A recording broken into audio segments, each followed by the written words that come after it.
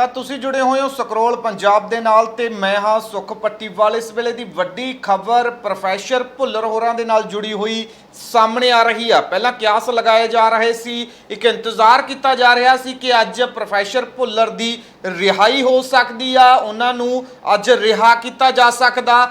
ਅੱਜ ਜਿਹੜੀ ਕਮੇਟੀ ਦੇ ਵੱਲੋਂ ਉਹ ਅੱਜ फैसला लिया जा सकता, पर एक बार फिर तो प्रोफैसर दविंदरपाल सिंह भुल्लर की रिहाई ते फैसला टाल दिता गया है। जी हाँ, प्रोफैसर दविंदरपाल सिंह भुल्लर की रिहाई ते अज फैसला लिया जाना सी, क्योंकि अज जिहड़ी सज़ा समीक्षा बोर्ड की अज मीटिंग सी, तो मीटिंग दौरान कहा जा रहा सी कि फैसला लिया जा सकता है कि अज प्रोफैसर दविंदरपाल सिंह भुल्लर नूं रिहा किया जा सकता, पर अजिहा नहीं होया। एक बार फिर तो जिहड़ा यह फैसला ये टाल दिता गया है। तुहानूं दस दईए कि इस तो पहलां भी जिहड़ा 3 बार ये फैसला टल चुकिया, अज एक बार फिर तो जानी कि चौथी बार प्रोफैसर दविंदरपाल सिंह भुल्लर की रिहाई ते जिहड़ा फैसला वो टाल दिता गया, क्योंकि अज कमेटी की मीटिंग हुई। मीटिंग तो बाद जिहड़ा फैसला ये टालिया गया। एक बार फिर तो हुण कहा जा रहा है कि जदों अगली मीटिंग होवेगी तो उस दौरान जरूर कोई अजिहा फैसला जिहड़ा लिया जा सकता है। तो तुहाडे नाल वड्डी खबर साझी कर रहे हैं कि प्रोफैसर दविंदरपाल सिंह भुल्लर की रिहाई ते एक बार फिर तो फैसला टाल दिता गया है। तो दिल्ली के गृह मंत्री सतिंदर जैन, दिल्ली के गृह मंत्री सतिंदर जैन होरां दी प्रधानगी दे हेठ जिहड़ी ये बोर्ड की मीटिंग हुई सी, तो इस मीटिंग तो बाद, क्योंकि मीटिंग तो पहला अंदाजे लगाए जा रहे सी, एक उम्मीद जताई जा रही सी कि अज प्रोफैसर दविंदरपाल सिंह भुल्लर की रिहाई हो सकती है। लंबे समय तो बाद हुण उन्हां नूं जेल तो बाहर कढिया जा सकता है, पर अजिहा नहीं होया। प्रोफैसर दविंदरपाल सिंह भुल्लर की रिहाई ते एक बार फिर तो रोक लगती नज़र आई आ, क्योंकि उन्हां दी रिहाई ते फैसला जिहड़ा एक बार फिर तो होल्ड कर दिता गया है। तां तुहानूं दस दईए कि 2019 ਦੇ ਵਿੱਚ ਸ੍ਰੀ ਗੁਰੂ ਨਾਨਕ ਦੇਵ ਜੀ ਦੇ 550 ਸਾਲਾ ਪ੍ਰਕਾਸ਼ ਪੁਰਬ ਮੌਕੇ ਮੋਦੀ ਸਰਕਾਰ ਦੇ ਵੱਲੋਂ 8 ਕੈਦੀਆਂ ਨੂੰ ਰਿਹਾ ਕਰਨ ਦਾ ਜਿਹੜਾ ਐਲਾਨ ਆ ਉਹ ਕੀਤਾ ਗਿਆ ਸੀ। ਤਾਂ ਉਹਨਾਂ 8 ਕੈਦੀਆਂ ਦੇ ਵਿੱਚ ਨਾਮ ਪ੍ਰੋਫੈਸਰ ਦਵਿੰਦਰਪਾਲ ਸਿੰਘ ਭੁੱਲਰ ਹੋਰਾਂ ਦਾ ਵੀ ਸੀ।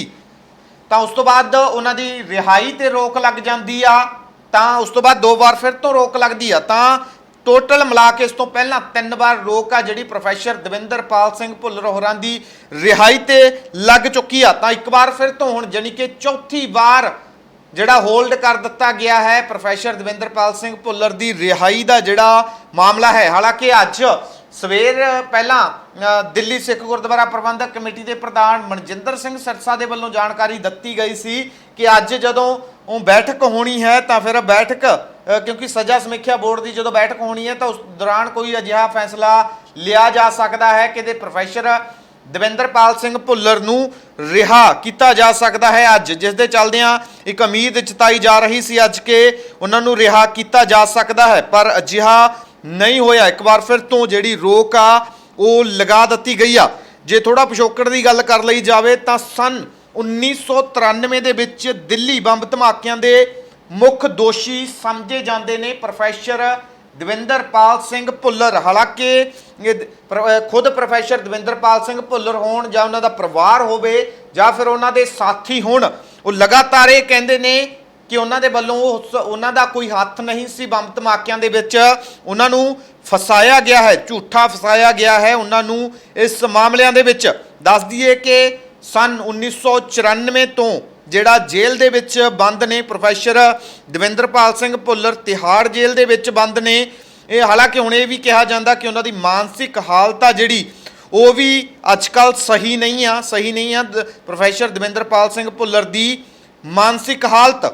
ਤਾਂ ਇੱਕ ਉਮੀਦ ਜਤਾਈ ਜਾ ਰਹੀ ਸੀ ਅੱਜ ਸਵੇਰ ਤੋਂ ਕਿ प्रोफैसर ਦਵਿੰਦਰਪਾਲ ਸਿੰਘ ਭੁੱਲਰ ਨੂੰ ਰਿਹਾ ਕੀਤਾ ਜਾ ਸਕਦਾ, ਅੱਜ ਉਹਨਾਂ ਦੀ ਰਿਹਾਈ ਆ ਜਿਹੜੀ ਉਹ ਹੋ ਸਕਦੀ ਹੈ, क्योंकि लम्बे समय तो प्रोफैसर दविंदरपाल सिंह भुल्लर होरां दी रिहाई की जिहड़ी उड़ीक है वो की जा रही है। पर हुण एक बार फिर तो उन्हां दी रिहाई जिहड़ी टल चुकी आ, टाल दिता गया। कहा गया कि जदों अगली मीटिंग होवेगी तो अगली मीटिंग दौरान कोई फैसला जिहड़ा लिया जा सकता है, पर वो इस बार जिहड़ा अज ਹੋਈ ਹੈ ਮੀਟਿੰਗ, ਉਸ ਮੀਟਿੰਗ ਦੇ ਵਿੱਚ ਅਜਿਹਾ ਕੋਈ ਵੀ ਫੈਸਲਾ ਪ੍ਰੋਫੈਸਰ ਦਵਿੰਦਰਪਾਲ ਸਿੰਘ ਭੁੱਲਰ ਹੋਰਾਂ ਦੀ ਰਿਹਾਈ ਦੇ ਬਾਬਤ ਨਹੀਂ ਲਿਆ ਗਿਆ। ਤਾਂ ਵੱਡੀ ਖਬਰ ਤੁਹਾਡੇ ਨਾਲ ਸਾਂਝੀ ਕਰ ਰਹੇ ਹਾਂ ਕਿ ਪ੍ਰੋਫੈਸਰ ਦਵਿੰਦਰਪਾਲ ਸਿੰਘ ਭੁੱਲਰ ਦੀ ਰਿਹਾਈ ਤੇ ਇੱਕ ਵਾਰ ਫਿਰ ਤੋਂ ਗਾਜ ਡਿੱਗੀ ਹੈ, ਰੋਕ ਲਗਾ ਦਿੱਤੀ ਗਈ ਹੈ, ਜਾਨੀ ਕਿ ਹੋਲਡ ਕਰ ਲਈ ਗਈ ਹੈ ਅਗਲੀ ਮੀਟਿੰਗ ਦੇ ਤੱਕ।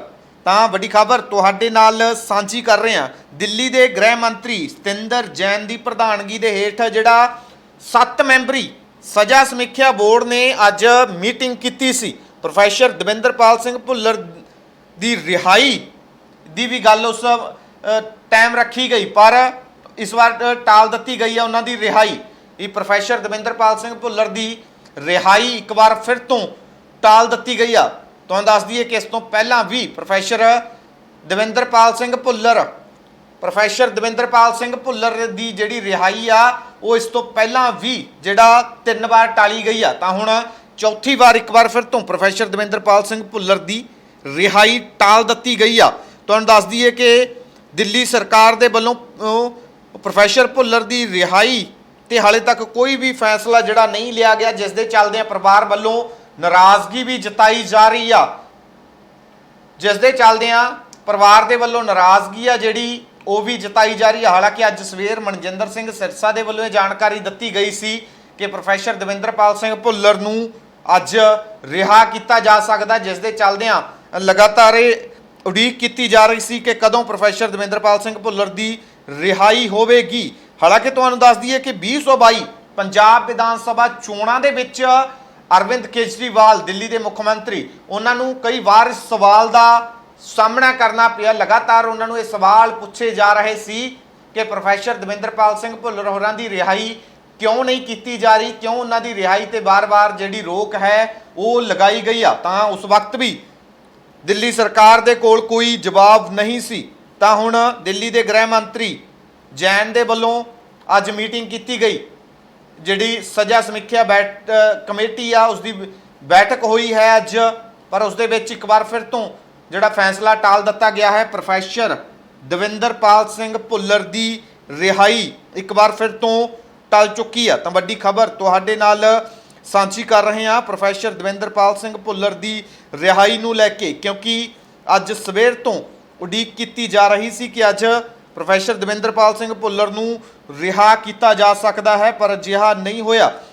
ਦੱਸ ਦਈਏ ਕਿ ਦਿੱਲੀ ਸਰਕਾਰ ਦੇ ਅੱਜ ਜਿਹੜੀ ਬੈਠਕ ਹੋਈ ਆ ਉਸ ਬੈਠਕ ਦੇ ਵਿੱਚ ਇਹ ਟਾਲਿਆ ਗਿਆ। ਬੋਰਡ ਦੇ 7 ਮੈਂਬਰ ਅੱਜ ਤਿਹਾੜ ਜੇਲ੍ਹ ਦੇ ਡਾਇਰੈਕਟਰ ਜਨਰਲ, ਗ੍ਰਹਿ ਅਤੇ ਕਾਨੂੰਨ ਵਿਭਾਗਾਂ ਦੇ ਸਕੱਤਰ, ਦਿੱਲੀ ਸਰਕਾਰ ਦੇ ਸਮਾਜ ਭਲਾਈ ਵਿਭਾਗ ਦੇ ਡਾਇਰੈਕਟਰ, ਇੱਕ ਜ਼ਿਲ੍ਹਾ ਜੱਜ ਅਤੇ ਦਿੱਲੀ ਪੁਲਿਸ ਦੇ ਇੱਕ ਸੀਨੀਅਰ ਅਧਿਕਾਰੀ ਇਸ ਮੀਟਿੰਗ ਦੇ ਵਿੱਚ ਸ਼ਾਮਲ ਰਹੇ ਸੀ, ਜਿਨ੍ਹਾਂ ਦੇ ਵੱਲੋਂ ਪੂਰਾ ਚਰਚਾ ਵਿਚਾਰ ਆ ਜਿਹੜਾ ਉਹ ਕੀਤਾ ਗਿਆ। ਪ੍ਰੋਫੈਸਰ ਦਵਿੰਦਰਪਾਲ ਸਿੰਘ ਭੁੱਲਰ ਹੋਰਾਂ ਦੀ ਰਿਹਾਈ ਮਾਮਲੇ ਨੂੰ ਲੈ ਕੇ ਚਰਚਾ ਹੋਈ, ਪਰ ਇੱਕ ਵਾਰ ਫਿਰ ਤੋਂ ਉਹਨਾਂ ਦੀ ਰਿਹਾਈ ਤੇ ਜਿਹੜੀ ਰੋਕ ਹੈ ਉਹ ਲਗਾ ਦਿੱਤੀ ਆ। ਦੱਸ ਦਈਏ ਕਿ ਪ੍ਰੋਫੈਸਰ ਦਵਿੰਦਰਪਾਲ ਸਿੰਘ ਭੁੱਲਰ ਨੂੰ 1993 ਦੇ ਦਿੱਲੀ ਬੰਬ ਧਮਾਕੇ ਮਾਮਲੇ ਦੇ ਵਿੱਚ ਗ੍ਰਿਫਤਾਰ ਕੀਤਾ ਗਿਆ ਸੀ। 1994 ਦੇ ਵਿੱਚ ਜਿਹੜਾ ਉਹਨਾਂ ਨੂੰ ਉਹ ਜੇਲ੍ਹ ਦੇ ਵਿੱਚ ਬੰਦ ਨੇ ਹੋਏ ਸਨ 1994 ਤੋਂ। ਦੱਸਿਆ ਜਾਂਦਾ ਕਿ ਸਨ 2011 ਦੇ ਵਿੱਚ ਉਹਨਾਂ ਨੂੰ ਦੋਸ਼ੀ ਠਹਿਰਾ ਦਿੱਤਾ ਗਿਆ ਸੀ, ਮੌਤ ਦੀ ਸਜ਼ਾ ਸੁਣਾਈ ਗਈ ਸੀ। ਪ੍ਰੋਫੈਸਰ ਦਵਿੰਦਰਪਾਲ ਸਿੰਘ ਭੁੱਲਰ ਨੂੰ 25 ਅਗਸਤ 2001 ਨੂੰ ਅਦਾਲਤ ਨੇ ਜਿਹੜੀ ਮੌਤ ਦੀ ਸਜ਼ਾ ਸੁਣਾਈ ਸੀ, ਤਾਂ ਸੁਪਰੀਮ ਕੋਰਟ ਦੇ ਵੱਲੋਂ ਸਜ਼ਾ ਨੂੰ ਘਟਾ ਦਿੱਤੇ ਜਾਣ ਤੋਂ ਬਾਅਦ ਉਮਰ ਕੈਦ ਕਰ ਦਿੱਤੀ ਗਈ ਸੀ, ਜਿਸ ਤੋਂ ਬਾਅਦ ਜੂਨ 2015 ਦੇ ਵਿੱਚ ਸਿਹਤ ਕਾਰਨਾਂ ਕਰਕੇ ਦਿੱਲੀ ਦੀ ਤਿਹਾੜ ਜੇਲ੍ਹ ਦੇ ਵਿੱਚ ਉਹਨਾਂ ਨੂੰ ਕੇਂਦਰੀ ਜੇਲ੍ਹ ਦੇ ਵਿੱਚ ਤਬਦੀਲ ਕਰ ਦਿੱਤਾ ਸੀ। ਤਾਂ ਹੁਣ ਲਗਾਤਾਰ ਜੇਲ੍ਹ ਦੇ ਵਿੱਚ ਬੰਦ ਨੇ ਪ੍ਰੋਫੈਸਰ ਦਵਿੰਦਰਪਾਲ ਸਿੰਘ ਭੁੱਲਰ, ਪਰ ਹੁਣ ਤੁਹਾਨੂੰ ਦੱਸ ਦਈਏ ਇਹ ਕਿ ਉਹਨਾਂ ਨੂੰ ਮਾਨਸਿਕ ਸੰਤੁਲਨ ਉਹਨਾਂ ਦਾ ਸਹੀ ਨਹੀਂ ਆ, ਅਜਿਹਾ ਵੀ ਕਿਹਾ ਜਾਂਦਾ। ਤਾਂ ਜਿਸ ਦੇ ਚੱਲਦਿਆਂ ਇੱਕ ਉਮੀਦ ਜ਼ਰੂਰ ਜਤਾਈ ਜਾ ਰਹੀ ਸੀ ਕਿ ਅੱਜ ਪ੍ਰੋਫੈਸਰ ਦਵਿੰਦਰਪਾਲ ਸਿੰਘ ਭੁੱਲਰ ਨੂੰ ਰਿਹਾ ਕੀਤਾ ਜਾ ਸਕਦਾ। ਲੰਮੇ ਸਮੇਂ ਤੋਂ ਬਾਅਦ ਭੁੱਲਰ ਸਾਹਿਬ ਜਿਹੜਾ ਜੇਲ੍ਹ ਤੋਂ ਬਾਹਰ ਆ ਸਕਦੇ ਨੇ, ਪਰ ਅਜਿਹਾ ਨਹੀਂ ਹੋਇਆ। ਇੱਕ ਵਾਰ ਫਿਰ ਤੋਂ ਉਹਨਾਂ ਦੀ ਰਿਹਾਈ ਤੇ ਜਿਹੜੀ ਰੋਕ ਹੈ ਉਹ ਲੱਗ ਗਈ ਆ। ਹੁਣ ਅਗਲੀ ਬੈਠਕ ਕਦੋਂ ਹੋਵੇਗੀ? ਤਾਂ ਅਗਲੀ ਬੈਠਕ ਜਦੋਂ ਹੋਵੇਗੀ ਉਦੋਂ ਹੀ ਕੋਈ ਅਜਿਹਾ ਜਿਹੜਾ ਫੈਸਲਾ ਪ੍ਰੋਫੈਸਰ ਦਵਿੰਦਰਪਾਲ ਸਿੰਘ ਭੁੱਲਰ ਦੀ ਰਿਹਾਈ ਦੇ ਬਾਬਤ ਉਹ ਲਿਆ ਜਾ ਸਕਦਾ, ਤਾਂ ਅਗਲੀ ਬੈਠਕ ਤੱਕ ਹੁਣ ਇੱਕ ਵਾਰ ਫਿਰ ਤੋਂ ਜਿਹੜੀ ਉਡੀਕ ਹੈ ਉਹ ਕਰਨੀ ਪਵੇਗੀ। ਅਗਲੀ ਬੈਠਕ ਜਦੋਂ ਹੋਵੇਗੀ ਤਾਂ ਉਸ ਬੈਠਕ ਦੇ ਵਿੱਚ ਕੋਈ ਫੈਸਲਾ ਲਿਆ ਜਾਂਦਾ ਹੈ ਜਾਂ ਨਹੀਂ, ਇਸ ਤੇ ਵੀ ਨਜ਼ਰਾਂ ਨੇ ਜਿਹੜੀਆਂ ਉਹ ਬਣੀਆਂ ਰਹਿਣਗੀਆਂ। ਪਰ ਵੱਡੀ ਖਬਰ ਤੁਹਾਡੇ ਨਾਲ ਸਾਂਝੀ ਕਰ ਰਹੇ ਹਾਂ ਕਿ ਪ੍ਰੋਫੈਸਰ ਦਵਿੰਦਰਪਾਲ ਸਿੰਘ ਭੁੱਲਰ